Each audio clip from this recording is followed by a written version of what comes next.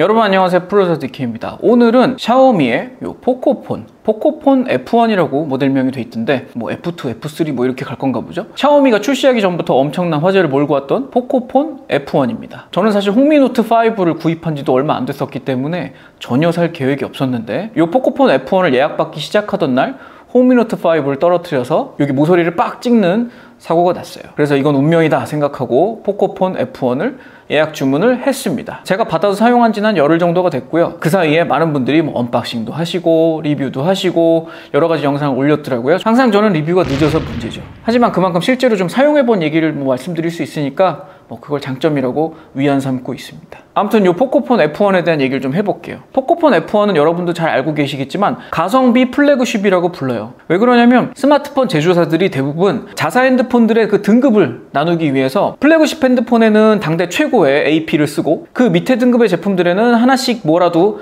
좀 낮은 부품들을 쓰잖아요. 그래서 현재 많은 회사들의 스마트폰 플래그십 모델에는 스냅드래곤 845 AP가 장착되고 있습니다. 제가 요전에 리뷰했던 G7도 845를 사용하고 있고 삼성의 갤럭시 노트 최신 시리즈도 해외판에는 845를 쓰고 있습니다. 국내판에는 엑시노스를 쓰고 있지만요. 그래서 사실 AP로만 보자면 이 포코폰은 플래그십급의 AP를 가지고 있는데요. 가격은 정말 말도 안 되는 30만 원대의 가격으로 책정이 되어 있습니다. 그래서 이 포코폰이 굉장히 화제가 됐던 건데요. 물론 요즘에 스마트폰이 뭐 부가기능 아무것도 없이 뭐 CPU만 좋다고 장땡은 아니죠. 저 같은 경우는 일단 AP가 1순위, 그리고 용량이 2순위, 그 다음에 뭐 카메라 정도? 그리고 많은 뭐 다른 부가기능들이 있겠죠. 뭐 NFC 기능도 있고, 뭐 삼성이면 삼성페이 기능도 있고, 뭐 여러 가지 있을 텐데.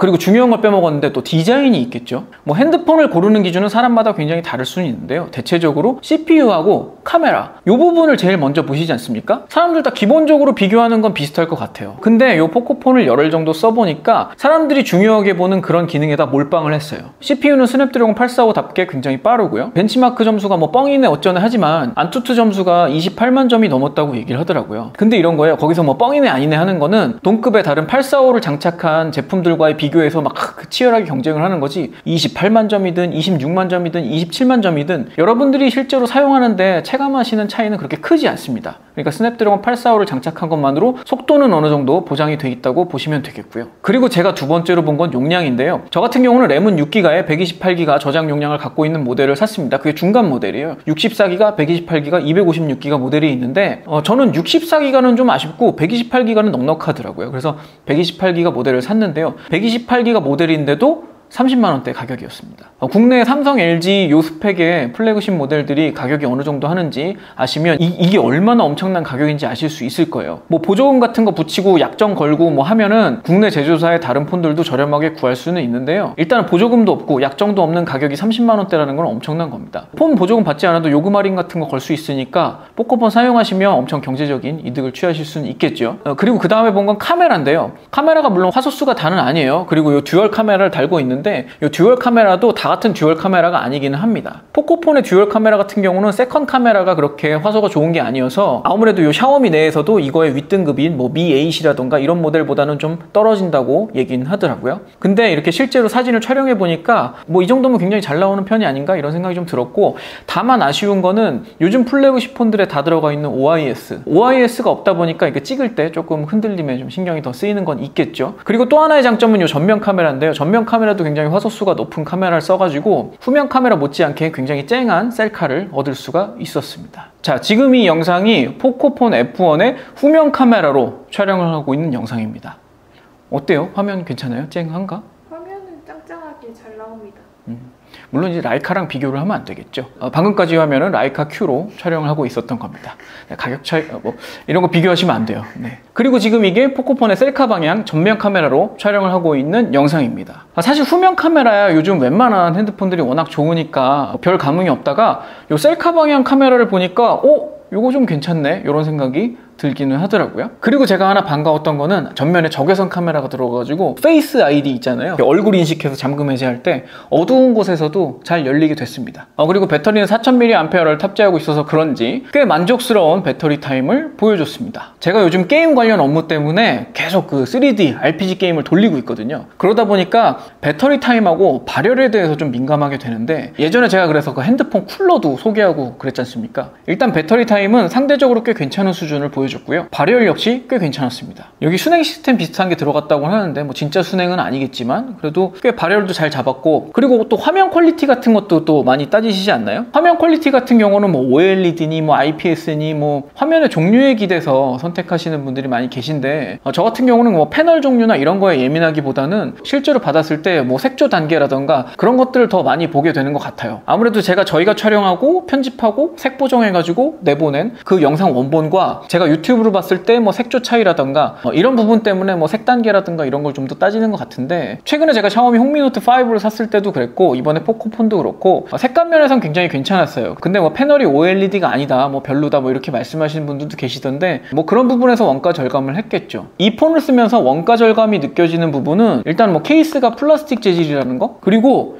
패키지. 물론 그동안 샤오미의 폰들이 그렇게 패키지에 돈을 쓰거나 보너스에 뭐 신경을 쓰거나 이러진 않았었어요. 원래도 뭐 고가의 폰들이 아니었으니까. 근데 이번에 패키지는 유난히 신경을 안 쓴, 이 케이스만 봐서는 그냥 아무 디자인도 넣지 않았고 정말 그냥 박스구나. 기존에도 그렇게 패키지가 좋지는 않았었지만 이렇게 뭐 홍미노트 4X 뭐 미쿠 버전이라든가 이런 거 보면은 그래도 뭔가 이렇게 제품을 샀다는 뭐 그런 느낌이라도 받을 수 있게 이렇게 겹겹이 박스를 해가지고 안에도 이렇게 샤오미의 그 화이트 색상 디자인이라든가 뭐 이런 걸 좀 신경을 썼다, 그런 느낌이 있었다면 이번에 포코폰은 정말 아끼려고 노력했구나, 이런 느낌을 받으실 수 있습니다. 충전기 하나 들어있습니다. 샤오미 폰 사면 샤오미 뭐 이어폰이라도 번들로 주나요? 절대 아닙니다. 아무것도 안 줍니다. 이번에는 근데 케이스를 줬어요. 그렇게 원가 절감을 하면서 케이스는 왜 줬는지 모르겠는데, 물론 케이스도 이렇게 좋은 케이스는 아니고 그냥 일반 저렴한 jel리 케이스긴 한데요. 젤리 케이스 치고도 좀 얇습니다. 아무튼 근데 이건 왜 줬는지 모르겠는데 이런 걸 하나 껴줬어요. 요거 외에는 이런 것 같아요. 왜 폰을 주로 뭐 전화하거나 카톡하거나 문자하거나 앱을 깔아서 뭐 게임을 하거나 이런 기본적인 용도 범위 안에서 쓰시는 분들은 원가 절감을 요 이상 느끼실 수가 없습니다. 근데 여태까지 굉장히 그 좋은 폰들을 아주 잘 활용해 오셨던 분들 입장에서는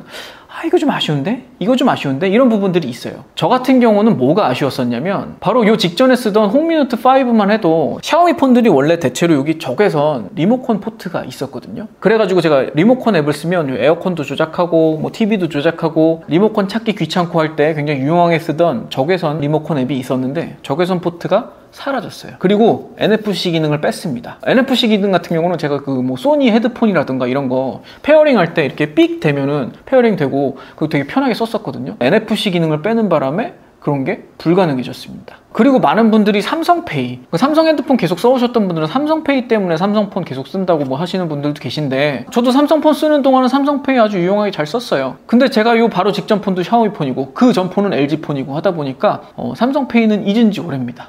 그래서 삼성페이의 아쉬움은 저한테는 그렇게 크게 다가오진 않았었고, 뭐 그 외에는 뭐 이어폰 단자의 음질이 좀 별로라는 거, 그 정도? 그리고 저의 개인적인 불편함이 있었다면 이게 똑같은 샤오미 폰이어가지고 홍미노트 5에서 일로 이전하면은 바로 넘어오고 다 편할 줄 알았어요. 근데 포코폰은 포코폰 전용 런처가 있더라고. 기존 샤오미의 MIUI랑 조금 달라요. 기본적으로 앱 서랍이 있는 포코폰 MIUI를 쓰고 있어가지고 기껏 홍미노트 5에 익숙해졌는데 다시 순정 안드로이드 같은 느낌의 UI로 바뀌었습니다. 기존에 다른 순정 안드로이드 폰 쓰시던 분들한테는 희소식일 수도 있겠죠. 이거는 저의 개인적인 불편함이었습니다. 다른 분들은 이 얘기를 별로 안 하시던데 뜻밖의 저는 그립감이 마음에 들었어요. 그립감이 이게 뭐 때문에 그런지 모르겠는데, 근데 제가 손으로 딱 잡았을 때 그 느낌이 나쁘지가 않았고, 그리고 어떤 분들은 이 지문 센서 위치에 대해서 뭐라 하시는 분들 계셨는데, 여기 지문 센서 대려다가 카메라에 지문이 묻지 않겠냐 뭐 이렇게 말씀하신 분도 계셨는데, 저는 오히려 갤럭시 노트 A 쓸 때 지문 센서 위치 되게 불편했었고요. 지금 이 위치는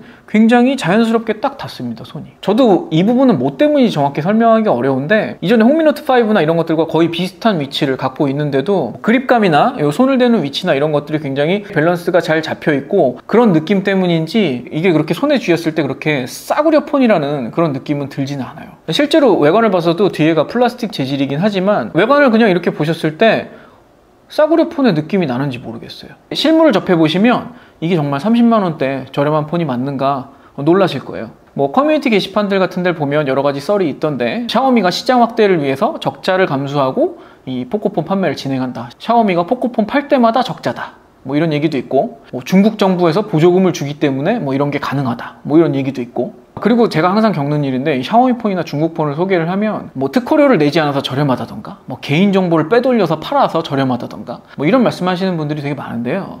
일단 여러분, 저도 LG 좋고 삼성 좋은데 현명한 소비자라면 그렇게 사실을 왜곡하면서까지 중국 제품이라고 무조건 까고 이러지는 않는 게 좋지 않을까요? 일단은 중국 폰 백도 어쩌곤 하지만 2016년인가 문제가 한번 있었고 그 뒤로는 문제가 전혀 나오지 않는 걸로 알고 있고요. 요즘은 핸드폰들이 발매가 되면 많은 그 인터넷 능력자분들이 소스 분석해가지고 백도어가 어디 있는지 잘 찾아내고 있어요.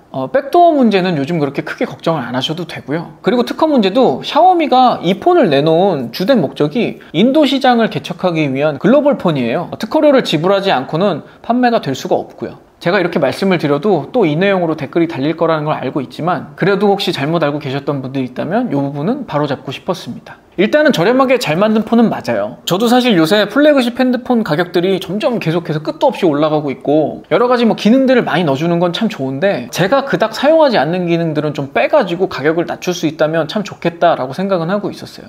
근데 사실 그런 선택의 여지가 없잖아요. 플래그십 핸드폰은 막 온갖 첨단 기술 다 집어넣어가지고 엄청 비싸게만 나오고 스냅드래곤 845 같은 경우는 저렴한 폰에서는 아예 만나볼 수도 없고 뭐 그런 아쉬움이 좀 있었는데 이번에 이 포코폰은 그런 가려운 부분을 잘 긁어주는 굉장히 그 시장의 니즈를 콕 집어가지고 딱 해결해준 그런 제품이 아닌가 생각이 들었습니다. 저도 이 포코폰에 대한 뭐 게시물들 이렇게 읽어보다 보니까 댓글 같은데 굉장히 많이 다툼이 있더라고요. 포코폰이 가성비가 굉장히 좋다 이 얘기 때문에 다른 그 비싼 플래그십 폰을 옹호하시는 분들은 포코폰에 이런 것도 없고 저런 것도 없는데 그냥 뭐 CPU 뭐 안투투 점수 뭐 이런 것만 가지고 좋은 폰이라고 할 수 있는 그런 식으로 막 다툼이 있는 걸 제가 봤는데요. 여러분, 그런 걸로 다투지 마시고요. 그냥 저처럼 부가기능 쓸데없는 거 많이 안 쓰고 그냥 폰은 기본적으로 뭐 전화하고 문자하고 카톡하고 뭐 게임하고 아니면 웹서핑하고 뭐 페이스북하고 인스타그램하고 뭐 그런 용도로만 쓰신다 하는 분들한테는 포코폰은 굉장히 추천할 만한 폰이 되겠고요. 나는 삼성페이도 써야 되고 뭐 NFC도 써야 되고 뭐 적외선 리모컨도 써야 되고 뭐 여러 가지 부가기능과 막 펜도 쓰고 싶고 이러신 분들은 그런 기능들이 다 들어있는 폰을 쓰시면 돼요. 그러니까 제가 드리고 싶은 말씀은 이렇게 사용자마다 니즈가 다르기 때문에 이런 식으로 선택의 폭을 넓혀주는 제품이 나온다라는 거는 굉장히 좀 긍정적인 부분이라고 봅니다.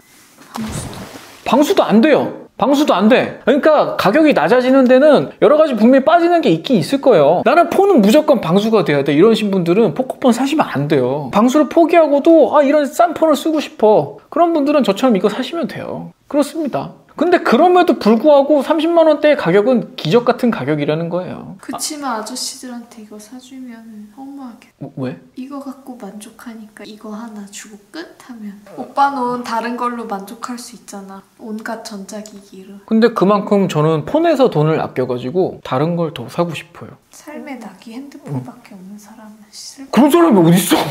그런 사람이 어딨어? 삶의 낙이 핸드폰밖에 없는 사람이 어딨어? 아무것도 안 사주는 아저씨들도 많다며 부인이. 그런 부인을 두고 계신 분들은 설마 안 계시겠지만 혹시나 계시다면 이 포코폰 F1이 나왔다는 사실을 절대 알지 못하게 해주세요. 지금 아버지 가자. 너무한 거 아니야? 아무튼 오늘 얘기는 이 정도로 하겠습니다. 오늘 방송도 유용해 보셨다면 구독과 좋아요 부탁드리고요. 더 깊은 얘기, 더 많은 얘기들은 네이버 카페 프로듀서 DK 네이버 카페로 방문해주세요. 저는 다음 방송에서 또 찾아뵙도록 하겠습니다. 지금까지 프로듀서 DK였습니다. 감사합니다.